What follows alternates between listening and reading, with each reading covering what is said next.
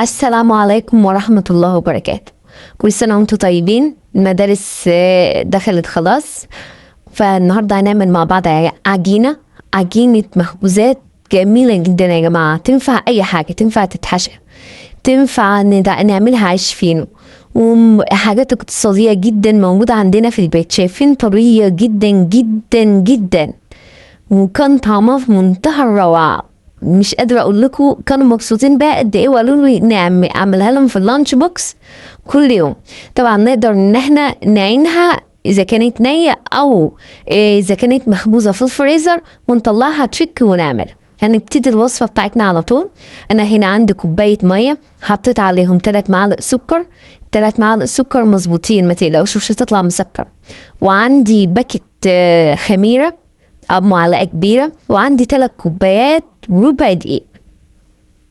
3 كوبايات ربع دقيق يعني بما يعادل نص كيلو دقيق. وعندي معلقة معلقة خل، دي محسن أنا بستعمله على طول، ورشة الملح بتاعي. ونبتدي نعجن بقى، نبتدي نعجن العجينة بتاعتنا. اخدميها على قد ما تقدري. هي بتحتاج عشان تطلع معاكي ممتازة جدا، تحتاج من حوالي 10 دقايق ل8 دقايق عجن. زي ما انتوا شايفين، انت بتكرر العجينة بتاعتك مثالية. شايفين بقت طرية جدا ومش بتلزق في ايدي، بس طرية ومش بتلزق. هنا بقى انا الاضافه دي انا بحب اضيفها. حابه تضيفيها ضيفيها، مش حابه براحتك. انا بحب اضيف معلقه زبده او سمنه او زيت، بحب اضيفهم جدا المعجنات بتاعتي. بعد ما اعجنها بتديها طراوه كده، وبتخلي العجينه معايا ممتازه. انا حبيت ان انا احط زبده، قلت يعني ايه خليها مغذيه اكتر للاولاد، وكانت موجودة عندي. ما عندكيش ممكن تحطي زيت، ممكن تحطي سمنة، اللي موجودة عندك أي مواد دهنية. نحط معلقتين على العجينة بتاعتنا ونفضل نعجن ونلت فيها لحد ما تبقى تمام. بعد كده أنا قسمتهم كور زي ما شفنا في الفيديو. قسمتهم كور، قسمي بالوزن اللي انت حباه. ممكن 40 جرام، 50 جرام، الوزن اللي انت شايفاه. أنا هنا عملتها 60 جرام، عملت الكورة 60 جرام. انا ما كنتش عايزاها صغيره او ما كنتش عايزاها كبيره، او كنت عايزاها وسط. هنا دهنت انا عندي المفرش بتاعي، دهنته يعني نقطه زيت بايدي كده، ومسحت زيت عشان ايه ما يلزقش معايا، واقدر افردها بكل بساطه. انا فردتها وحطيت عندي حته الشوكولاته، وبدات ان انا الفها. حبيت ان انا اديها شكل كده، قطعتها عندي زي ما انتوا شايفين، تقطيعات كده بسيطه جدا.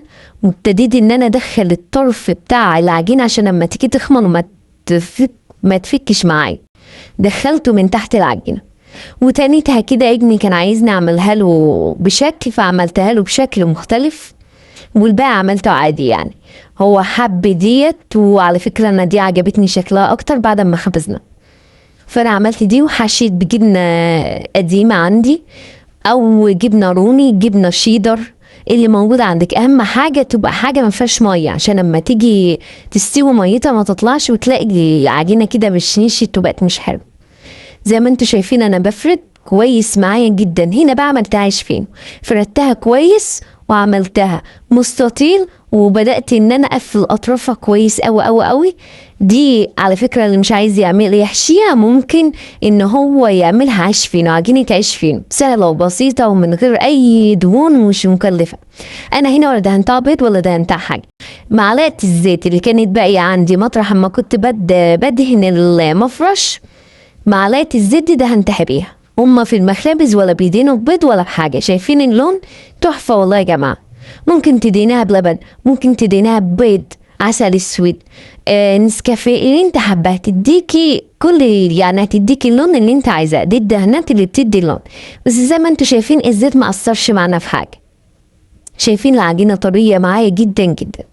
اتمنى بجد ان انتوا تجربوها، لانها وصفة اقتصادية هتنفع معنا في المدارس جدا، ونقدر نعملها بكميات ونعينها. وقولوا لي ايه رأيكم، والسلام عليكم ورحمة الله وبركاته.